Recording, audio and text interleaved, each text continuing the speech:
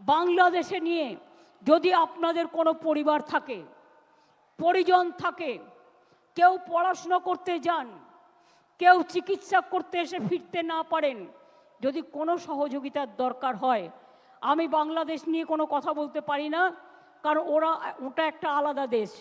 যা বলার India government বলবে, আমি বলতে পারি না। কিন্তু আমি এটুকু বলতে পারি, অসহায় মানুষ যদি বাংলায় দরজা খটখটানি করে, আমরা তাদের আশ্রয় নিশ্চয়ই দেব।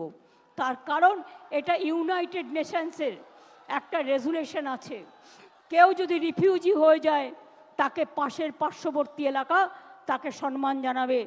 যেমন আসামে একটা গণ্ডগোল হয়েছিল বড়দের সাথে, আলিপুরদুয়ারে তারা দীর্ঘদিন ছিলেন, আমিও গিয়েছিলাম তাদের সাথে দেখা করতে। কিন্তু আপনাদের কাছে আমার আবেদন থাকবে, বাংলাদেশ নিয়ে আমরা যেন কোনো প্ররোচনাতে না যাই, আমরা যেন কোনো উত্তেজনাতে না যাই।